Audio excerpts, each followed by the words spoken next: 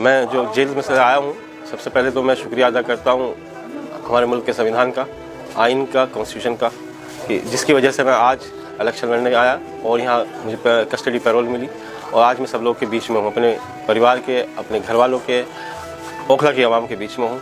ओखला की आवाम को एक पैगाम देने आया हूँ, एक मैसेज देने आया हूँ और मैं कुछ सवाल करने आया हूँ। सवाल ये नहीं है कि मैं बच्चों को छोड़ कर गया, उनको किसने देखा किसने नहीं देखा। सवाल ये भी नहीं है कि मैं अपनी बूढ़ी माँ, बीमार माँ को छोड़ कर गया और आज वो किस पोजीशन में, ये मैं और मेरा दिल ही जानता है।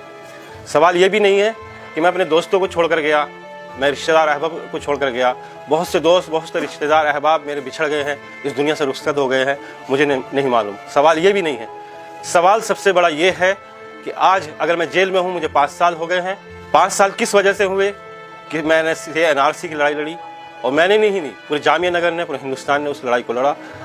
कोई हम गलत नहीं लड़ रहे थे। हुकूमत से एक डिमांड थी हमारी कि जो आर्टिकल 14 का जो आपने उल्लंघन किया है उसको ये वापस लिया जाए। तो सवाल ये है कि अगर आज शिफाउर रहमान को आप हराएंगे तो हिंदुस्तान में आप एक मैसेज देंगे कि शिफाउर रहमान नहीं हारा, कि बल्कि एक कौम का लीडर हारा है। और वो लीडर जो आपकी कल को आवाज़ बनता और आने वाले जो नस्लें, आने वाले नौजवान जो शिफाउर रहमान बनना चाहते हैं, वो आपने उनको रोका है।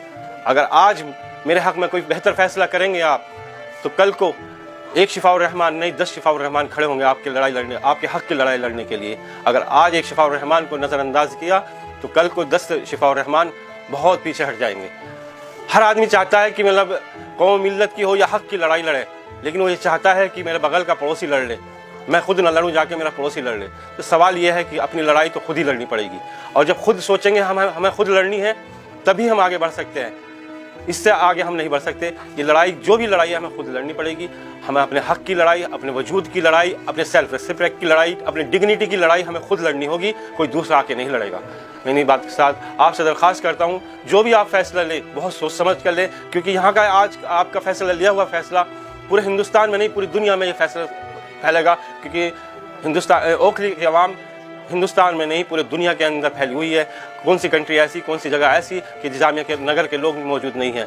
और ख़ास तौर से जिस इदारे से मैं ताल्लुक़ रखता हूँ, मेरा ताल्लुक़ ऐसे इदारे से है जिसने जो तहरीक की बुनियाद में कायम हुआ। वो तहरीक जिस तहरीक में शेखुल हिंद मौलाना महमूदुल हसन को ताइफ से गिरफ्तार करके माल्टा जेल में 4 साल डाला गया। मैं उस तहरीक का तालिब इल्म हूँ, तलबा हूँ, जिस तहरीक के मौलाना मोहम्मद अली जौहर ने लंदन के अंदर गोलमेज कॉन्फ्रेंस के अंदर एक स्पीच दी थी, और इतने फ़िक्रमंद थे कि मैं ऐसे ग़ुलाम देश में दफन होना पसंद नहीं करूँगा, मैं अंग्रेज़ों के ग़ुलामी में दफन होना पसंद नहीं करूँगा। और वो फिर वही इंतकाल फरमा गए। मैं ऐसी तहरीक का तालिब इल्म हूँ जो महात्मा गांधी ने कहा था कि अगर मैं ये इदारा बंद नहीं होने दूंगा, चाहे उसे मुझे अपने आप को बेचना न पड़ जाए। तो हम जिस इदारे से मेरा ताल्लुक़ है, हम लोगों ने हमेशा तहरीक पर ध्यान दिया है। 1920 में एक तहरीक चली थी, तो जिससे जामिया मिल्लत इस्लामिया कायम हुआ, और आज 2019 और 20 में एक तहरीक शुरू हुई जिसमें कि NRC के ख़िलाफ़ हम लोगों ने एक आवाज़ बुलंद की। उसका नतीजा ये हुआ कि NRC की आवाज़ को दबा दिया गया। जो NRC की जो गवर्नमेंट की पॉलिसी थी, उसको खामोश, वक्ती तौर के लिए अभी खामोश कर दिया गया, आगे नहीं आने दिया। तो सवाल ये है कि आज आप ये चाहते हैं कि अगर NRC अगर आ जाता तो हमारी कौम को मिल्लत के 2 हिस्सों में बांट दिया जाता। एक वो हिस्सा जो हमारे सारे पेपर जिसके पास मौजूद हैं, और वो एक तरफ हो जाता, और एक वो लोग जिनके पास अधूरे पेपर होंगे, और वो कोर्ट के कचहरी के चक्कर हमेशा काटते रहेंगे, काटते कब्र तक पहुंच जाएंगे, और वो साबित नहीं कर पाएंगे कि मैं हिंदुस्तानी हूं या पाकिस्तानी हूं या बांग्लादेशी हूं, ये साबित नहीं कर पाएंगे। तो सवाल ये है कि आप किसको जिताना चाहते हैं। मेरा यहाँ पर आने का मकसद सिर्फ ये है कि मैं लोकल मुद्दों की लड़ाई नहीं लड़ रहा हूँ या लोकल मुद्दों पे इलेक्शन नहीं लड़ रहा हूँ।